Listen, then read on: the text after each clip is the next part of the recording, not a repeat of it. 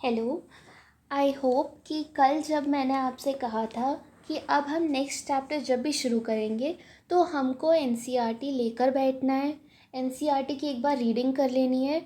और इसलिए मैं मान के चल रही हूँ कि आपने एक बार एनसीईआरटी को इस चैप्टर को एक बार अच्छे से पढ़ लिया होगा।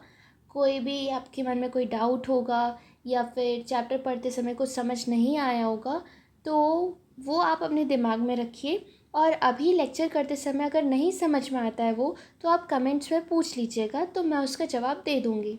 ठीक है, अब इस चैप्टर को शुरू करते हैं। पहला चैप्टर साइंस क्यूरियोसिटी, क्लास 6 का, the wonderful world of science. As human beings, we have always been curious about our surroundings. We started exploring our surroundings and asking questions right from our childhood.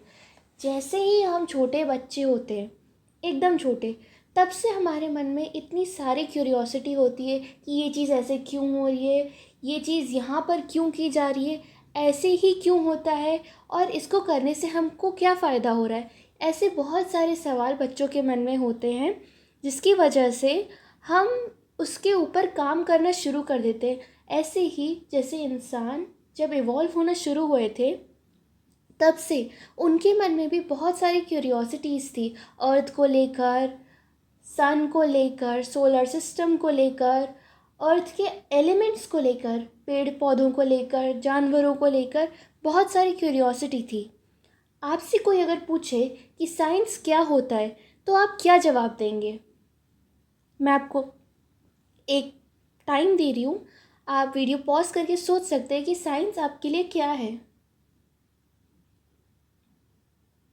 Science हमारे सोचने का तरीका होता है, हम कैसे चीज़ों को ऑब्ज़र्व करते हैं और ऑब्ज़र्व करने के बाद हम क्या निष्कर्ष, क्या कंक्लूजन निकालते हैं, उसके बाद हम उस पर कैसे काम करते हैं, ये साइंस है। एक बार एनसीईआरटी की ये लाइन अपन रीड करते हैं, एक second. Science is a way of thinking, observing, and doing things to understand the world we live in and to uncover the secrets of the universe. Think of it as a big adventure. We ask questions, explore the world, and try to understand how things work.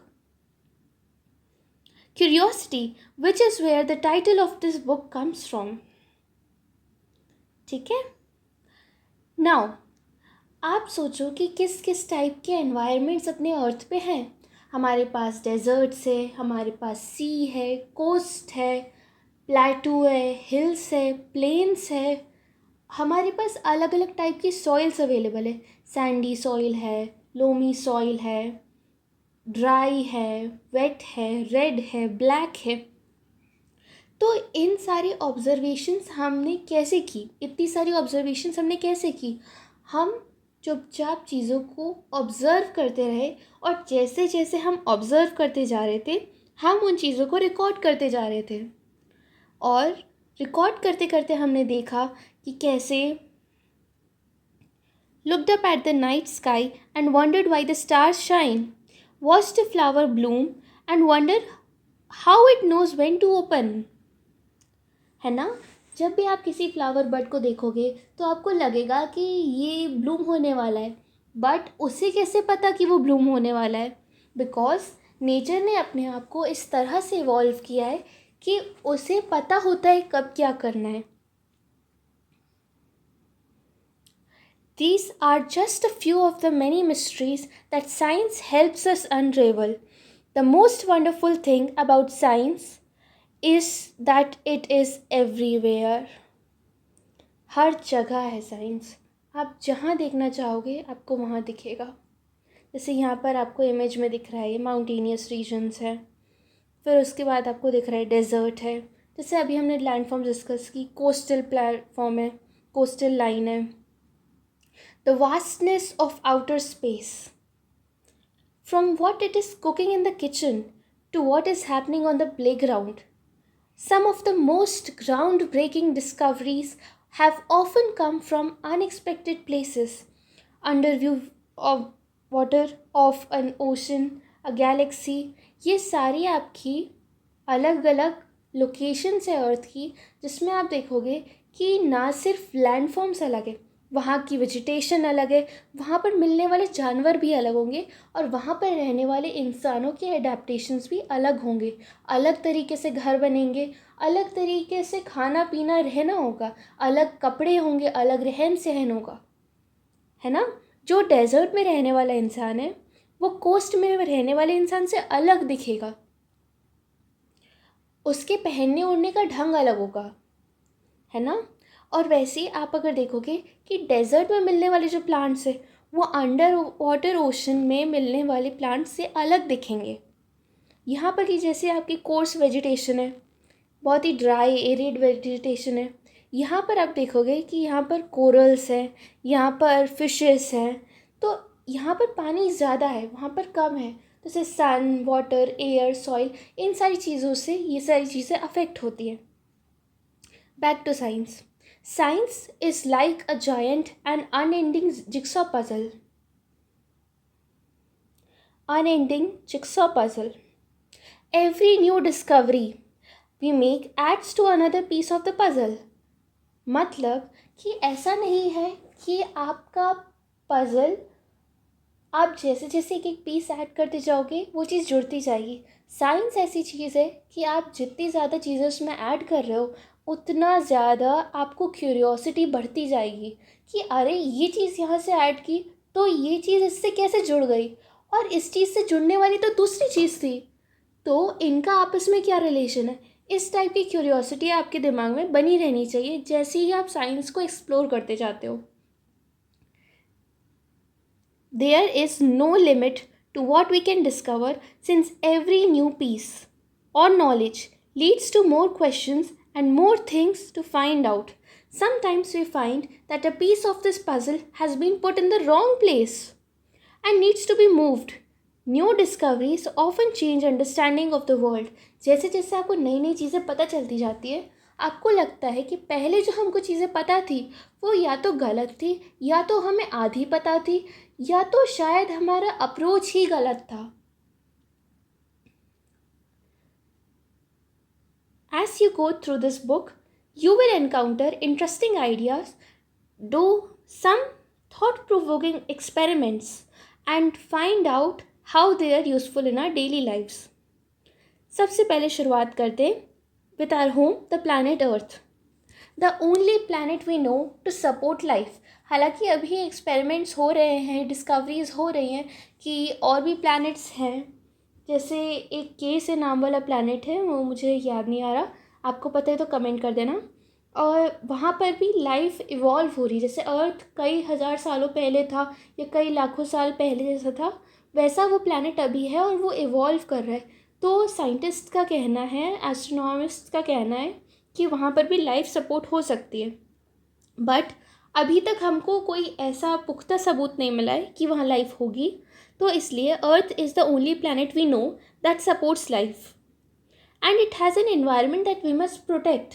Because अगर environment पे आप ध्यान नहीं दोगे तो जैसे जैसे आप बड़े होते जाओगे एनवायरनमेंट आपका आसपास का ख़राब होने लगा तो आपका सर्वाइवल रेट भी कम हो जाएगा। क्योंकि हम ऐसा नहीं है कि सिर्फ इंसान अकेले सस्टेन कर सकते हैं, जानवरों के साथ, पेड़ पौधों के साथ आपको मिलजुल कर रहना आना चाहिए, नहीं तो फिर कोई भी एक चीज़ डिस्टर्ब हुई इकोसिस्टम का चेन डिस्टर्ब होगा और फिर अल्टीमेटली इफ़ेक्ट उसी को होगा जिसने उस चीज़ को ख़राब किया। तो ये कभी नहीं सोचना चाहिए कि आपका उससे कोई लेना देना नहीं है, दूर दूर तक का आपका डायरेक्ट लेना देना होता है, ठीक है। Variety of life on Earth, plants and animals that have managed to survive and thrive in different regions on this planet. You might have seen a seed grow into a plant, a caterpillar transform into a beautiful butterfly, and many more such observations. How do plants and animals grow? ध्यान से देखो, ये caterpillar है, पर caterpillar भी सीधे caterpillar नहीं बनता। पहले बटरफ्लाई की एग्स हैच होते होंगे, आपने पढ़ा होगा शायद, 4th क्लास में पढ़ाते थे शायद ये। तो आप देखोगे कि जैसे बटरफ्लाई ने एग्स ले किया, एग्स लीफ पे ले करते हैं जिस पे वो कैटरपिलर्स थ्राइव कर सकते हैं, फिर वो धीरे से बड़े होते हैं, लार्वे बनते हैं, लार्वे बनने के बाद कैटरपिलर बनते, कैटरपिलर फिर धीरे धीरे प्लांट्स को खाते खाते चलते जाते हैं। और एक बहुत अमेजिंग फैक्ट मैं आपको बताती हूँ कि जब भी कोई ऐसे बटरफ्लाई या फिर कोई मॉथ अपना एग ले करता है ना, तो वो जिस प्लांट पे, जिस लीफ पे ले करता है, उससे आपका कैमूफ्लेज करने वाला कैटरपिलर डेवलप होता है। क्यों? क्योंकि नहीं तो फिर जो पक्षी रहेंगे, जो बर्ड्स रहेंगी, वो कैटरपिलर को खा लेंगी, तो फिर उनकी पॉपुलेशन अफेक्ट होगी। तो इसलिए वो इस तरह से इवॉल्व कर चुके हैं कि वो बटरफ्लाइज को बर्ड्स को चकमा देकर बटरफ्लाई में आराम से कंफर्टेबली सेफली कन्वर्ट हो जाए। ठीक है, फिर उसके बाद वो कुकून बनाते हैं, कुकून बनाने के बाद वो कुकून से निकलते हैं। वो एक पीरियड ऑफ ट्रांसफॉर्मेशन रहता है। जैसे अभी आप लोग अपने प्राइमरी क्लास से सेकेंडरी क्लास की तरफ ट्रांसफॉर्म हो रहे हो, अभी हायर सेकेंडरी में आए हो, फिर सेकेंडरी में जाओगे और फिर उसके बाद धीरे से कॉलेज में ट्रांजिशन करोगे। तो ये आपका ट्रांजिशनल पीरियड है। इसमें धीरे धीरे आप भी एक बटरफ्लाई लार्वा से बटरफ्लाई की तरफ ग्रो कर रहे हो, है ना। ये इंक्यूबेशन पीरियड है आपका। एक सीड भी वैसे ही आपका ग्रो करता है। आपने सॉइल में डाला, पानी डाला, उसको करेक्ट टेम्परेचर प्रोवाइड किया, उसके बाद वो उसका सीड कोट हल्का सा सॉफ्ट हुआ, और फिर उसके बाद ऊपर की तरफ आपका प्लूमल निकल रहा है, नीचे की तरफ रेडिकल निकल रहा है, और धीरे धीरे उसके लीव्स और रूट्स डेवलप होने लगते हैं, और फिर वो एक बड़ा प्लांट बन जाता है। वैसे ही ह्यूमन बींग्स में भी होता है कि धीरे धीरे आपका एम्ब्रियो होता है, पहले जाइगोट रहता है, फिर वो एम्ब्रियो बनता है, फिर उसके बाद वो अच्छा बड़ा होता है, फीटस बनता है, फिर उसके बाद वो एक बेबी की तरह आता है। फिर बेबी बनने के बाद वो धीरे धीरे अपना ग्रोथ करता है बाहर निकल के, टीनेज बनता है, फिर अडल्ट बनता है, फिर उसके बाद सेनेसेंट फेज़ आता है उसका। तो ये लाइफ साइकिल्स हैं जो आपको पता होनी चाहिए, जनरल चीज़ें। Of course, to grow, we need food to eat. And especially in a large and diverse country like India, food is so fascinating. Really, it's so fascinating. यहाँ पर ये क्या है? बताइए, क्या है? ये कहीं पूरी सब्जी तो नहीं? ये क्या है? ये तो पक्का लिट्टी चोखा है। और ये डोसा, सांभर, इडली, चटनी। और ये क्या है? क्लियरली समझ नहीं आ रहा है मुझे। ये भी शायद पूड़ी है, पूड़ी और सब्जी है शायद। Along with food we need water to survive. खाना खा लिया आपने, बट अगर पानी नहीं पिया तो आपको कितनी बेचैनी होगी बताओ। इसलिए सिर्फ खाना इम्पॉर्टेंट नहीं है, पानी भी इम्पॉर्टेंट है। यहाँ तक कि खाना पकाने के लिए भी पानी इम्पॉर्टेंट है। Have you ever jumped into a puddle when it rained? Have you noticed why and how it rains? देखो, फिर इन्होंने एक क्यूरियोसिटी की बात डाल दी। जब भी अब देखो, ये जैसे एक वाटर मास है ना, एक वाटर मास है। यहाँ से पानी इवेपोरेट हो रहा है। जैसे ही वो इवेपोरेट हो रहा है, वो यहाँ पर क्लाउड फॉर्मेशन कर रहा है। फिर यहाँ कंडेंसेशन हो रही है। कंडेंसेशन के बाद जैसे ही उसको टेम्परेचर सही लगता है, फिर वापस प्रेसिपिटेशन होता है। बट ये पानी ऊपर गया क्यों? इसके पीछे की क्या वजह है? जो सन है वो हीट प्रोवाइड करता है इसको। जैसे ही इसको हीट मिलता है, हीट इवेपोरेट करने वाला हीट ऑफ वेपराइजेशन, तो ये ऊपर चला जाता है। यहाँ पर जैसे ही इसको टेम्परेचर मिलता है, ये नीचे आ जाता है प्रेसिपिटेशन के फॉर्म में। याद रखना कि यहाँ पर से ऊपर जाने में वेपराइजेशन, यहाँ पर कंडेंसेशन, क्लाउड फॉर्मेशन, और फिर नीचे आने पे प्रेसिपिटेशन। ठीक है, ये सिर्फ वाटर की बात कर रहे हैं अपन, उसके अलावा किसी और चीज़ की बात नहीं कर रहे हैं यहाँ पे। फिर वही चीज़ उन्होंने यहाँ पर एक्सप्लेन की हुई कि water freezes, becomes ice, cools it and boils, become steam. ठीक है, now there are so many different things around us: the paper we write on, the metal key, the plastic ruler, and the rubber eraser in our box, the magnet that keeps box closed, clothes we wear, cup we drink milk, and so many other things. What are they made of? What are they made of? मैं आपको time देती हूँ. 3, 2, 1. They are made of atoms. Are they made of different materials? 3, 2, 1. Yes, they are made of different materials. जो metal है वो metal से बना हुआ है, प्लास्टिक है प्लास्टिक पॉलीमर से बना हुआ है, पेपर यूज़ कर रहे सेलुलोज से बना हुआ है, इरेजर यूज़ कर रहे रबर से बना हुआ है. How do we separate different materials from one another? देखो 3, 2, 1. आपके अलग अलग मटेरियल्स होते हैं, जैसे कि रबर है, मेटल है.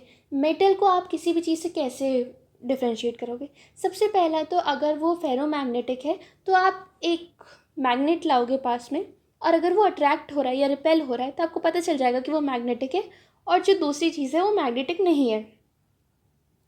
ऐसे ही आप अगर किसी मिक्सचर को देखोगे तो आपको पता चलेगा कि ये क्या दोनों लिक्विड्स आपस में मिक्स्ड है या नहीं है. आप देख के बता सकते हो. कई बार देख के नहीं बता पाते तो उसके लिए और कॉम्प्लिकेटेड चीज़ें हैं जो आप हायर क्लासेस में पढ़ोगे. ये देखो यहाँ पर स्टार गेजिंग कर रहे हैं बच्चे. We have an almost unending list of questions about everything on the earth as we further explore this book. इस बुक में एक्चुअली बहुत सारी अच्छी चीज़ें दी हुई हैं जिसके बारे में आपको सोचने पर मजबूर कर देंगी. ठीक है. Why limit our questions to the earth alone? Questions on things go beyond the sun, the moon, the millions of stars that shine in the sky. Whether you are learning about the structure of a leaf, discovering how things move, or separating the skin of peanut seed. है ना? Even though you have not realized, you have already been finding answers to many of your questions. Suppose your pen stops. What would you do? You would ask yourself, why did my pen stop? You might guess the ink finished. है ना, simple सी बात है. You would then test this guess by opening the pen and checking refill.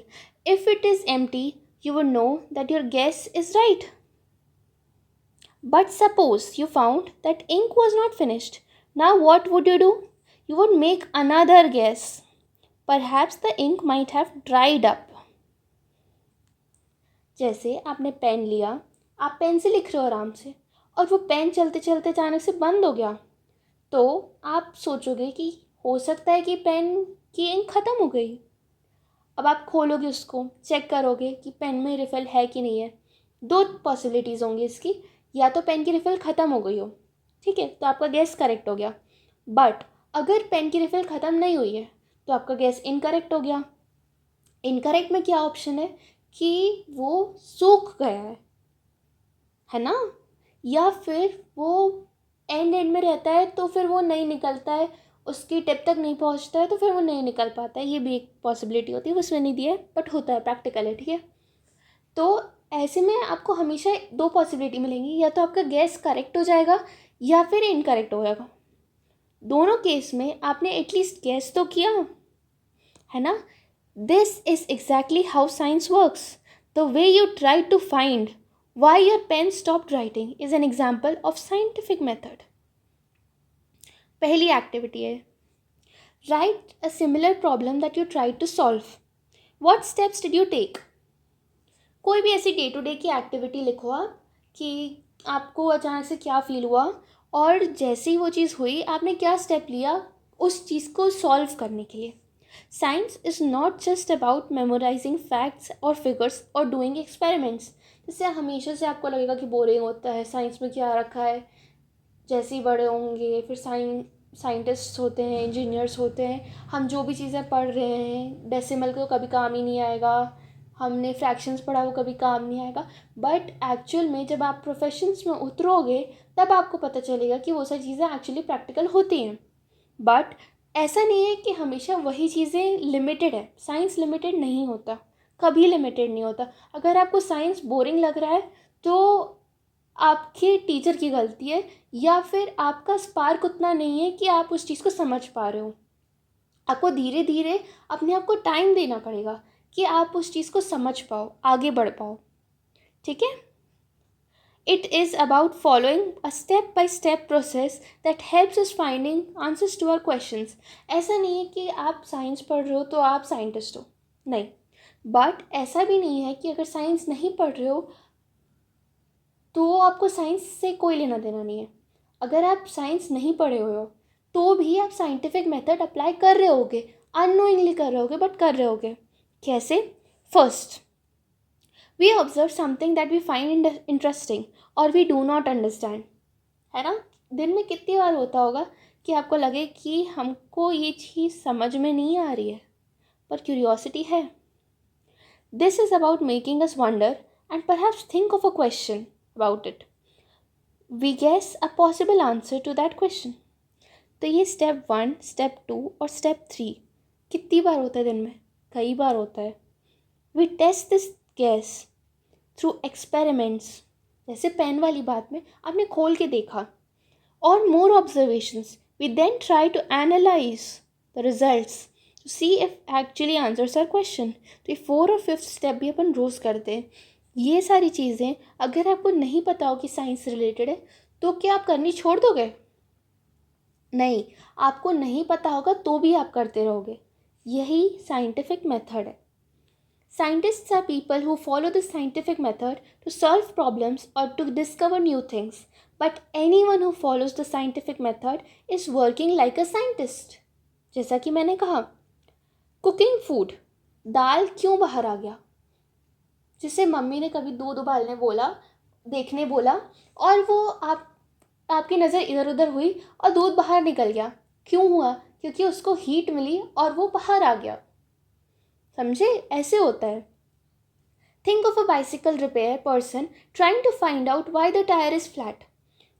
Where did the air leak from?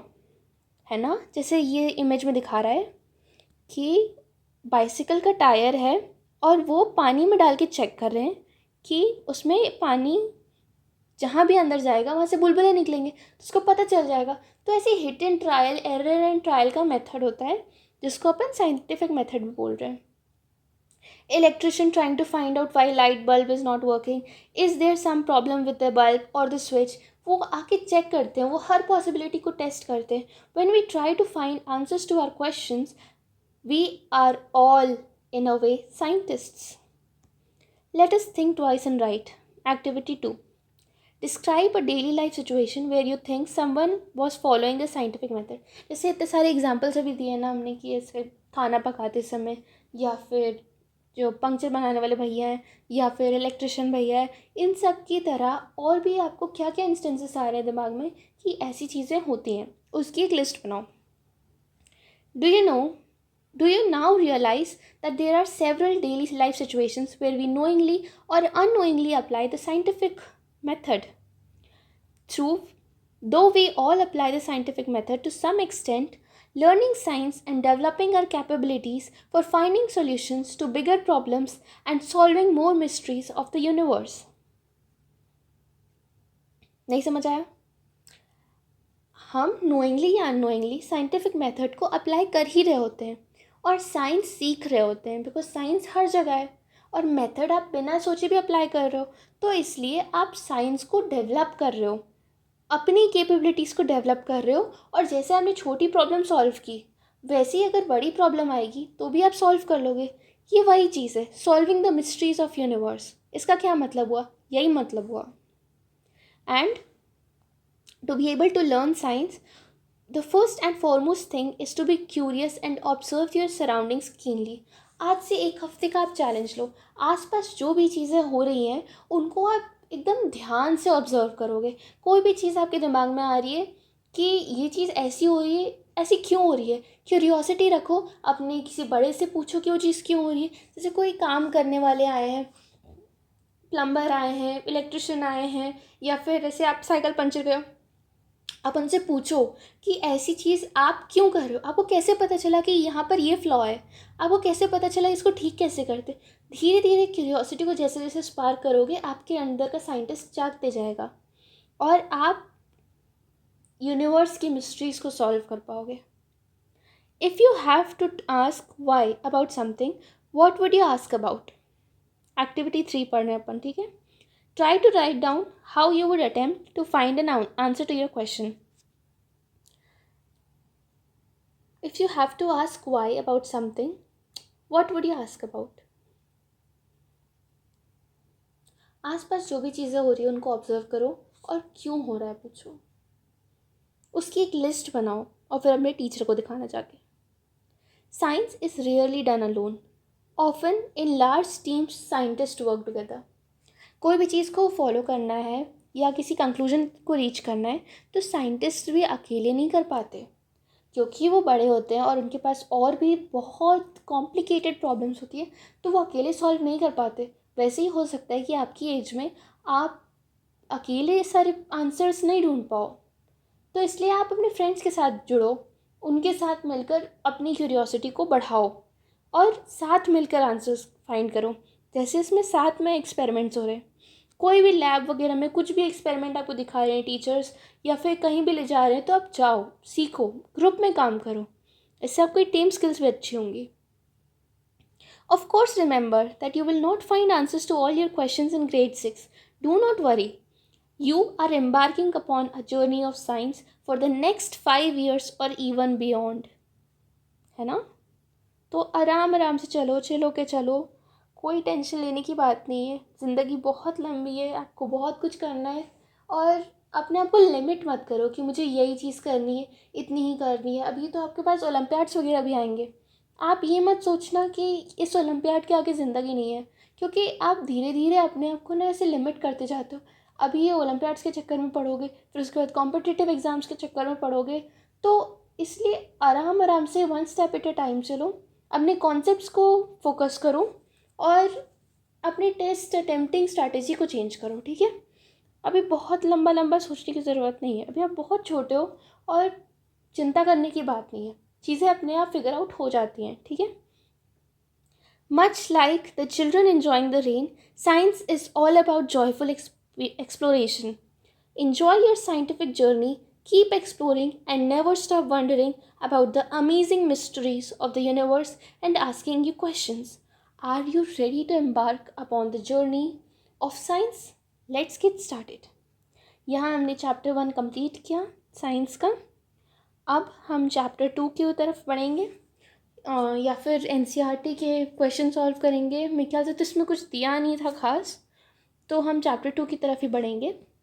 उसके बाद chapter 2 की ऐसी reading करेंगे. Reading करके रखिएगा और एनसीईआरटी और पेंसिल लेके बैठा. ठीक है. उससे क्या होता है कि आप ऐसे सो नहीं जाते लेक्चर के बीच में. नहीं तो क्या होता है कि अपन के पास कुछ नहीं करने को होता, सिर्फ सुनना होता है ना, तो अपन बोर हो जाते हैं. तो इसलिए बुक लेके बैठो, बुक एक बार पढ़ के बैठो, साथ में एक पेंसिल लेके बैठो. जैसे जैसे बताते जा रहे हैं, जो हाइलाइट्स बताते जा रहे हैं करते जाओ. क्वेश्चंस हैं, एक्टिविटीज़ हो रही हैं, लिस्ट बनाते चलो. लास्ट में फिर क्वेश्चंस भी सॉल्व करेंगे, आप एमसीक्यू सॉल्व करेंगे. तो कोई टेंशन की बात नहीं है, आराम से सब चीज़ें कवर हो जाएंगी. आराम से ऐसे ही ज़िंदगी एंजॉय करो. ठीक है. नेक्स्ट वीडियो में मिलते हैं.